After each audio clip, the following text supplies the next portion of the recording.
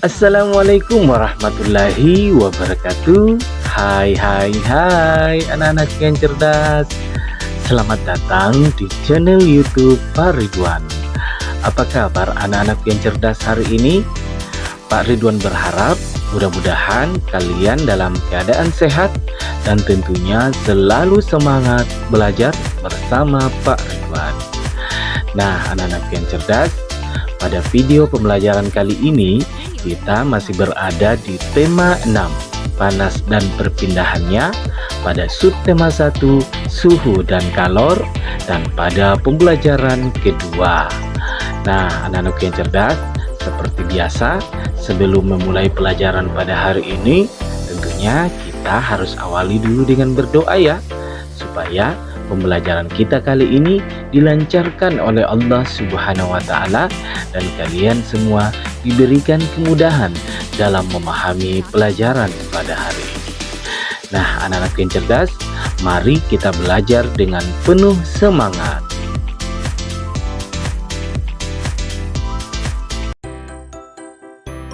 Sore itu, Ayah Siti sedang membaca koran.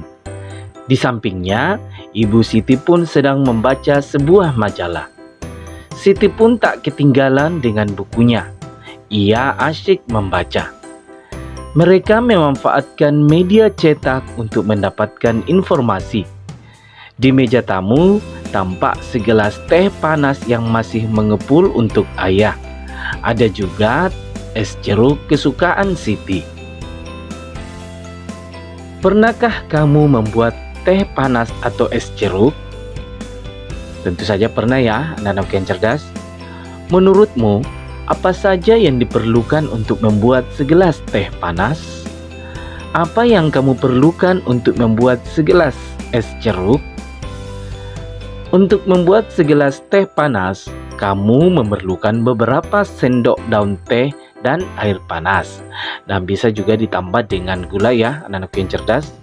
Sedangkan untuk membuat es jeruk, kamu memerlukan sari jeruk, air, dan es batu. Bagaimana kamu dapat menentukan bahwa air teh itu terasa panas dan es jeruk itu terasa dingin? Nah, tentu saja dengan ketika kita memegang atau menyentuh gelas yang berisi air teh panas atau es jeruk yang dingin. Nah, ketika kita menyentuh gelasnya, apabila terasa panas, tentu kita sudah tahu bahwa air teh ini panas. Sebaliknya, ketika kita menyentuh gelas es jeruk itu, apabila terasa dingin, tentu es jeruk itu dingin.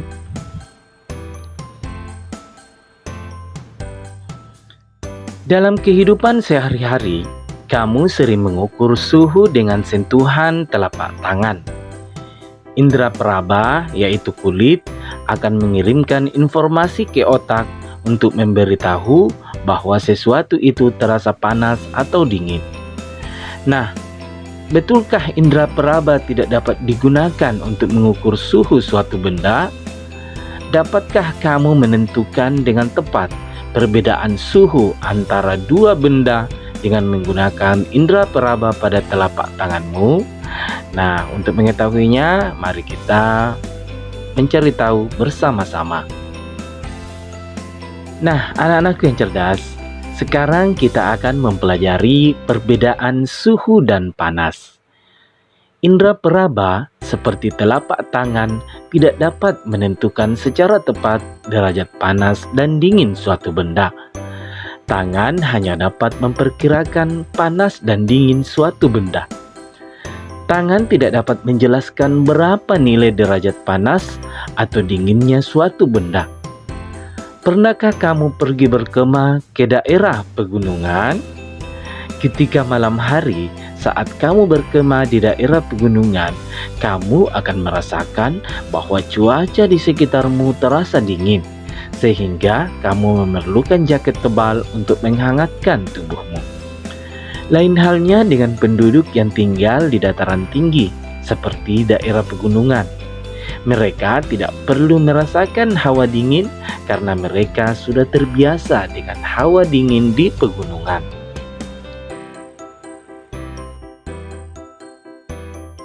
Hal tersebut membuktikan bahwa indera peraba tidak dapat digunakan untuk mengukur derajat panas suatu benda karena setiap orang memiliki perbedaan dalam merasakan suhu di sekitarnya.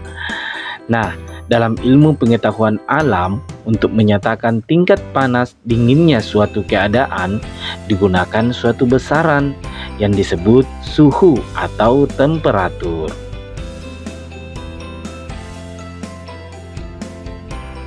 Panas dan suhu adalah dua hal yang berbeda. Energi panas merupakan salah satu energi yang dapat diterima dan dilepaskan oleh suatu benda. Ketika sebatang logam dipanaskan dengan api, batang logam tersebut mendapatkan energi panas dari api. Energi panas membuat batang logam tersebut menjadi panas. Ketika batang logam tersebut panas, suhunya akan meningkat, anak-anakku yang cerdas. Ketika batang logam menjadi dingin, maka suhunya akan menurun. Nah, suhu adalah besaran yang menyatakan derajat panas suatu benda.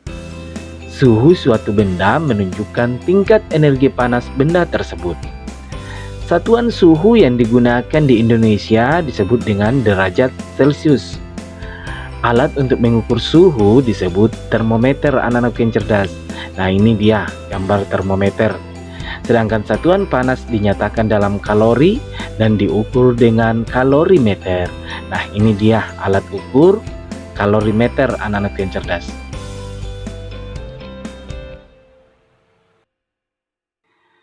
Nah, anak-anak yang cerdas, setelah kita membaca bersama-sama bacaan tadi, sekarang mari kita menjawab beberapa pertanyaan berikut ini.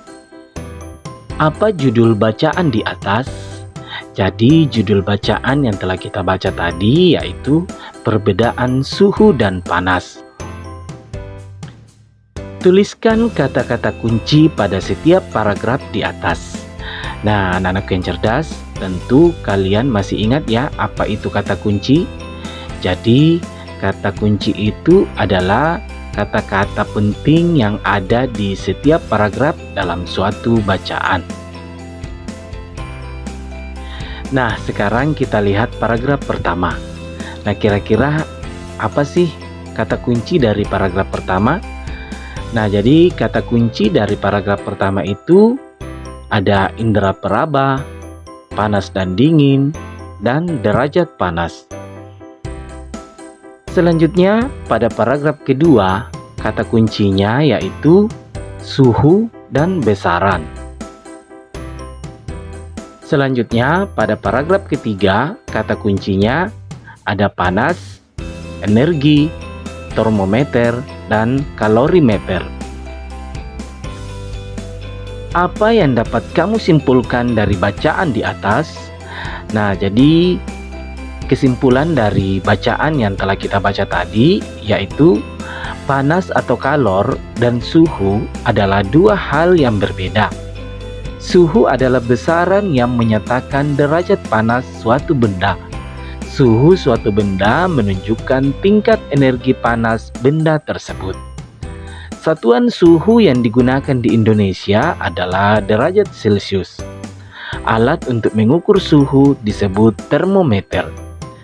Sedangkan energi panas merupakan salah satu energi yang dapat diterima dan dilepaskan oleh suatu benda. Satuan panas dinyatakan dalam kalori dan diukur dengan kalorimeter. Apa yang kamu ketahui tentang panas? Energi panas merupakan salah satu energi yang dapat diterima dan dilepaskan oleh suatu benda. Apa yang dimaksud dengan suhu atau temperatur? Suhu adalah besaran yang menyatakan derajat panas suatu benda. Ceritakanlah sebuah peristiwa yang kamu alami yang dapat menjelaskan perbedaan antara suhu dan panas. Nah, di sini Pak Ridwan akan memberikan satu contoh peristiwa yang menunjukkan perbedaan antara suhu dan panas. Nah, saat kita berada di dekat api unggun, maka badan kita akan terasa hangat, anak-anak yang cerdas. karena adanya perpindahan panas dari api unggun ke tubuh kita secara radiasi. Panas dari api unggun menyebabkan suhu tubuh naik. Perbedaan antara panas dan suhu. Nah, di sini Pak Ridwan telah membuat tabel anak-anak yang cerdas. Dalam tabel ini terdapat perbedaan antara panas dan suhu. Nah, perbedaan yang pertama, panas adalah salah satu bentuk energi, sedangkan suhu adalah besaran. Nah, perbedaan yang kedua, panas dapat diukur menggunakan kalorimeter, sedangkan suhu dapat diukur menggunakan termometer. Perbedaan selanjutnya, satuan panas adalah kalori, sedangkan satuan suhu adalah derajat Celcius, Reaumur, Fahrenheit, dan Kelvin. Perbedaan selanjutnya, panas dapat berpindah dari satu benda ke benda lainnya, sedangkan suhu tidak dapat berpindah, namun bisa naik dan turun. Tahukah kamu? Nah, sekarang kita akan mencari tahu nih, anak-anak yang cerdas. Termometer pertama kali dibuat pada tahun 1592 oleh seorang ilmuwan Italia bernama Galileo Galilei yang menggunakan udara dan air. Nah, ini dia foto dari Galileo Galilei. Pada tahun 1714, ilmuwan Jerman bernama Daniel Gabriel Fahrenheit membuat termometer yang berisi air raksa. Dan pada tahun 1742, ilmuwan yang berasal dari Swedia bernama Andreas Celsius menemukan termometer yang menggunakan skala ukuran 100. Nah, di Indonesia sendiri, termometer yang banyak digunakan saat ini adalah termometer Celsius yang menggunakan ukuran 0 hingga 100 derajat. Nah, itu informasi tentang termometer ya, anak-anak yang cerdas. Jadi sekarang kalian sudah tahu tentang perkembangan termometer dari awal hingga sekarang ini. Pada awalnya, termometer menggunakan air untuk mengukur suhu benda, seperti yang dilakukan Galileo Galilei tadi ya. Untuk mengetahui lebih dalam tentang cara kerja termometer air, kalian bisa lakukan percobaan sederhana. Nah, jadi kalian bisa membuat termometer sederhana dengan menggunakan air. Nah, bagaimana cara membuat termometer sederhana dari air? Apa saja yang perlu kita persiapkan anak-anak yang cerdas? Nah, adapun alat dan bahan yang perlu kalian siapkan untuk membuat termometer sederhana dari air. Bahan dan alatnya itu yang pertama air, kemudian ada pewarna makanan, botol kecil, sedotan bening, ada lilin mainan atau plastisin atau tanah liat, kemudian kain hangat. Nah, bagaimana langkah percobaan atau pembuatannya? Yang pertama, tuang sedikit air yang telah diberi beberapa tetes pewarna makanan ke dalam botol.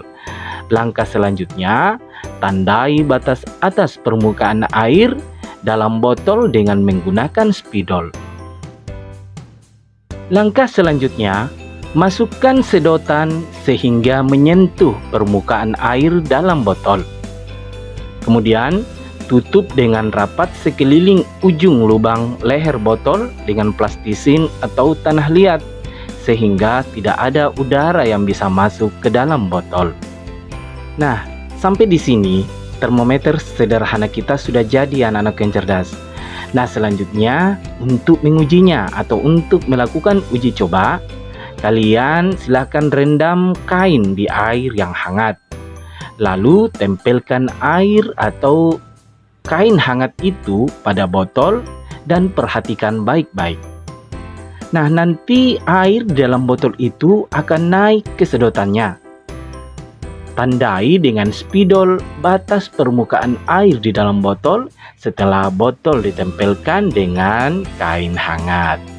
Nah, anak-anak yang cerdas, otomatis airnya akan naik ya, melalui sedotan yang digunakan tadi. Nah, itulah bukti bahwasanya suhu suatu benda akan naik. Mengapa air di dalam botol dapat naik? Nah, itu karena air dalam botol memuai karena menerima panas yang berasal dari kain hangat. Adakah peristiwa perpindahan panas pada percobaan tersebut? Ya, jelas ada ya anak-anak yang cerdas. Nah, perpindahan panas terjadi dari kain yang hangat ke air yang ada di dalam botol. Kesimpulan apakah yang kamu dapatkan dari kegiatan di atas? Nah, kesimpulannya yaitu permukaan suatu zat cair akan naik atau volume zat cair bertambah ketika dipanaskan, dan juga permukaan suatu zat cair akan turun atau volume zat cair akan berkurang ketika didinginkan. Hubungan inilah yang dimanfaatkan oleh termometer untuk mengukur suhu suatu zat. Wah, ternyata prinsip kerja termometer cukup sederhana ya. Air di dalam botol memuai setelah menerima energi panas. Ya, itu salah satu contoh penggunaan energi panas dalam kehidupan sehari-hari. Di Bali, para pembuat gamelan menggunakan energi panas untuk membuat bilah-bilah logam yang digunakan dalam alat musik gamelan Bali. Wah, menarik sekali itu. Bisakah kamu menceritakan lebih banyak, Dayu? Tahukah kamu tentang gamelan? Nah, mari anak-anak yang cerdas kita pelajari tentang gamelan. Gamelan adalah sekumpulan alat musik tradisional. Setiap alat musik yang ada pada gamelan menghasilkan bunyi yang berbeda. Beberapa alat musik seperti gong dan bonang terbuat dari logam. Dalam pembuatannya, gong dan bonang harus dibentuk dengan cara dipanaskan. Gamelan digunakan untuk mengiringi beberapa lagu daerah yang dimainkan dalam tangga nada sederhana. Nah, anak-anak yang cerdas, tahukah kamu apa yang dimaksud dengan tangga nada? Tangga nada adalah urutan nada yang disusun secara berurutan. Misalnya, do, re, mi, fa, sol, la, si, do. Nah, ada banyak jenis tangga nada. Di antaranya, ada tangga nada diatonis dan ada tangga nada pentatonis. Nah, apa itu tangga nada diatonis? Tangga nada diatonis adalah tangga nada yang mempunyai dua jarak nada, yaitu 1 dan setengah. Beberapa alat musik seperti piano dan organ memiliki sistem tangga nada diatonis. Pada sistem tangga nada diatonis, dalam satu rangkaian nada terdapat 7 nada pokok, yaitu do, re, mi, fa, sol, la, si. Dan nada ke-8 yaitu do merupakan pengulangan nada pertama. Tangga nada pentatonis merupakan jenis tangga nada yang hanya memakai 5 nada pokok. Ragam tangga nada pentatonis dibedakan oleh jarak antar nada serta pilihan nada yang didengar. Nah, berdasarkan nadanya, tangga nada pentatonis itu dibedakan menjadi 2 ya, anak-anak yang cerdas, yaitu tangga nada jenis pelok dan tangga nada jenis selendro. Contoh alat musik yang menggunakan tangga nada jenis pelok dan selendro adalah gamelan Jawa. Selain gamelan Jawa, ada juga gamelan Sunda, gamelan Bali, Madura, dan Batak. Nah, anak-anak yang cerdas, sekarang mari kita mencari tahu perbedaan antara tangga nada pelok dan tangga nada selendro. Tangga nada pelok biasanya menggunakan susunan nada yang berbunyi seperti nada-nada do, mi, fa, sol, si. Salah satu lagu daerah yang menggunakan tangga nada ini adalah lagu Gundul Pacul dari Jawa Tengah. Nah, sedangkan tangga nada slendro biasanya menggunakan susunan yang berbunyi seperti nada-nada do, re, mi, sol, la. Lagu yang menggunakan tangga nada ini memberi kesan gembira dan lincah. Nah, salah satu contoh lagu dengan tangga nada slendro ini adalah lagu Cublak-Cublak Sueng dari daerah Jawa Tengah. Nah, anak-anakku yang cerdas, ini adalah perbedaan antara tangga nada diatonis dan tangga nada pentatonis. Nah, kalian harus tahu ya. Jadi jumlah dan nama nada pada tangga nada diatonis. Nah, kalau tangga nada diatonis itu terdiri dari 7 nada ya, yaitu do, re, mi, fa, sol, la, si. Sedangkan nada ke-8 yaitu nada do itu hanyalah perulangan dari nada pertama. Nah, sedangkan tangga nada pentatonis itu terdiri dari 5 nada, yaitu kalau tangga nada velok itu adalah do, mi, fa, sol, si. Nah, sedangkan slendro itu do, re, mi, sol, la. Nah, itulah perbedaan antara tangga nada diatonis dan tangga nada pentatonis. Nah, ini adalah lagu yang berjudul Cublak-Cublak Sueng, merupakan lagu tradisional dari daerah Jawa Tengah. Nah, kalian bisa mencarinya di YouTube ya, atau bisa kalian download untuk kalian pelajari atau untuk kalian nyanyikan. Nah, kalau yang ini adalah lagu Gundul-Gundul Pacul. Jadi Gundul-Gundul Pacul ini juga berasal dari Jawa Tengah, anak-anak yang cerdas. Merupakan lagu tradisional juga. Jadi kalian bisa cari di YouTube atau download di YouTube untuk kalian pelajari atau coba kalian nyanyikan. Lalu apa ya perbedaan antara lagu Cublak-Cublak Sueng dengan Gundul-Gundul Pacul? Nah, anak-anak yang cerdas, asalnya itu sama-sama dari Jawa Tengah. Nah, sedangkan tangga nadanya itu berbeda. Jadi Cublak-Cublak Sueng itu tangga nadanya slendro, sedangkan Gundul-Gundul Pacul itu tangga nadanya pelok.